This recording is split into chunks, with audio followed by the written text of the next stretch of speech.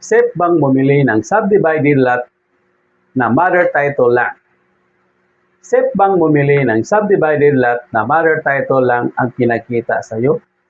Ito ang isang importanteng tanong na dapat mong malaman bago ka maglabas ng reservation fee, down payment o kahit anong malaking halaga.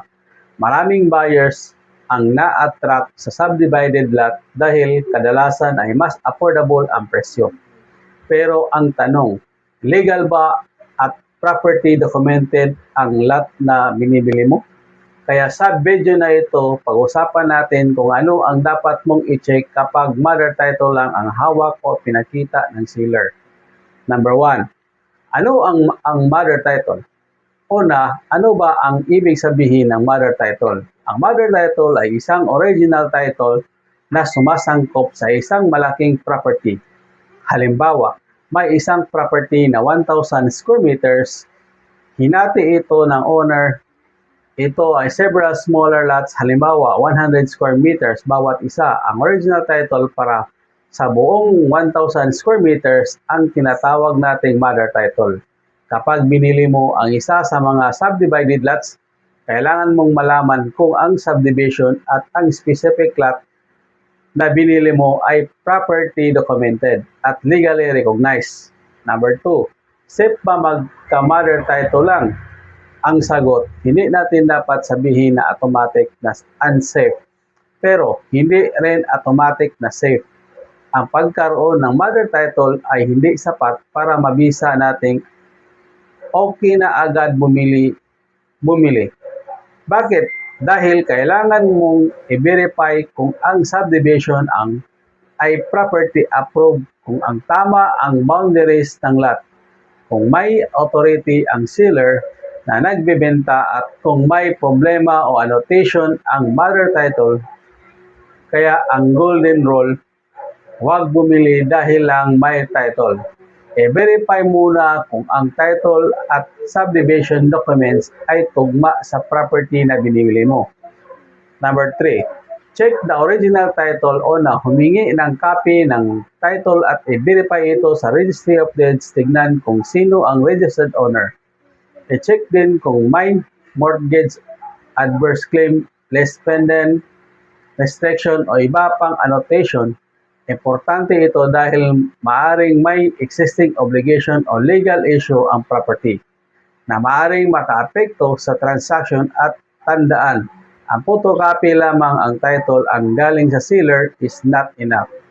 Mas mabuting magkaroon ng independent verification. Number 4, check the approved subdivision plan. Ito ang isa sa pinakamahalaga dokumento na dapat mong tingnan. Kung sinabi ng seller na subdivided ang property, itanong may approved subdivision plan po ba? Hindi porke hinati ng physical ang lupa at may mga bakod na ibig sabihin ay officially approved na ang subdivision. Kailangan mong malaman kung subdivision ng plan o property approved ng appropriate government agencies. I-check kung ang lot number, area boundaries at location ng lot na binili mo ay consistent at approved documents. Number 5, i-verify ang technical description. Isa pang mahalaga ay ang technical description. Halimbawa, sinabi ng seller na lot 5 ito, 100 square meter. Huwag agad maniwala sa verbal description. I-compare ang lot number, area, boundaries, technical description, approved subdivision plan, actual location. Dapat nagtutugma ang mga ito. Kung may malaking discrepancy, stop. Stop muna at mag-verify. Number 6, i-check if the seller has authority to sell. Isa pang common mistake ng buyers. Nakikita nila ang title at iniisip nila na automatic na authorized ang kausap nilang seller. Hindi ganon kasimple kung hindi registered owner ang seller. Kailangan mong malaman kung may valid authority siyang magbenta. Kung representative lamang siya, kailangan mong i-check ang proper authorization documents. Kung corporation ang owner, kailangan din i-check ang corporate authority. Kung inherited property naman, kailangan ding tingnan ang succession documents at ownership status. 7. Check the access road. Very important din the right of way to access road. Tanungin, may legal access ba papunta sa lot? Hindi sapat na may daan ngayon, kailangan mong malaman kung documented ang legally established ang access. Imagine, bumili ka ng 100 square meter lot pero later on magkaroon ng problema kung paano ka makakapasok sa property. Kaya bago bumili, actual viewing plus document verification ang gawin. Number 8. About the individual title. Kung mother title pa lamang ang hawak, tanong kailan magkaroon ng individual title at higit sa lahat, ano ang legal process at process para sa ma-separate ang title. Huwag basta maniwala sa estimate lang, sir, automatic naman magka-title yan. Dapat may supporting documents at malinaw na proseso. Kung may promise na individual title will be released after full payment, ilagay ang important terms sa written agreement and have the documents reviewed approximately. Number 9. Be careful with very cheap prices.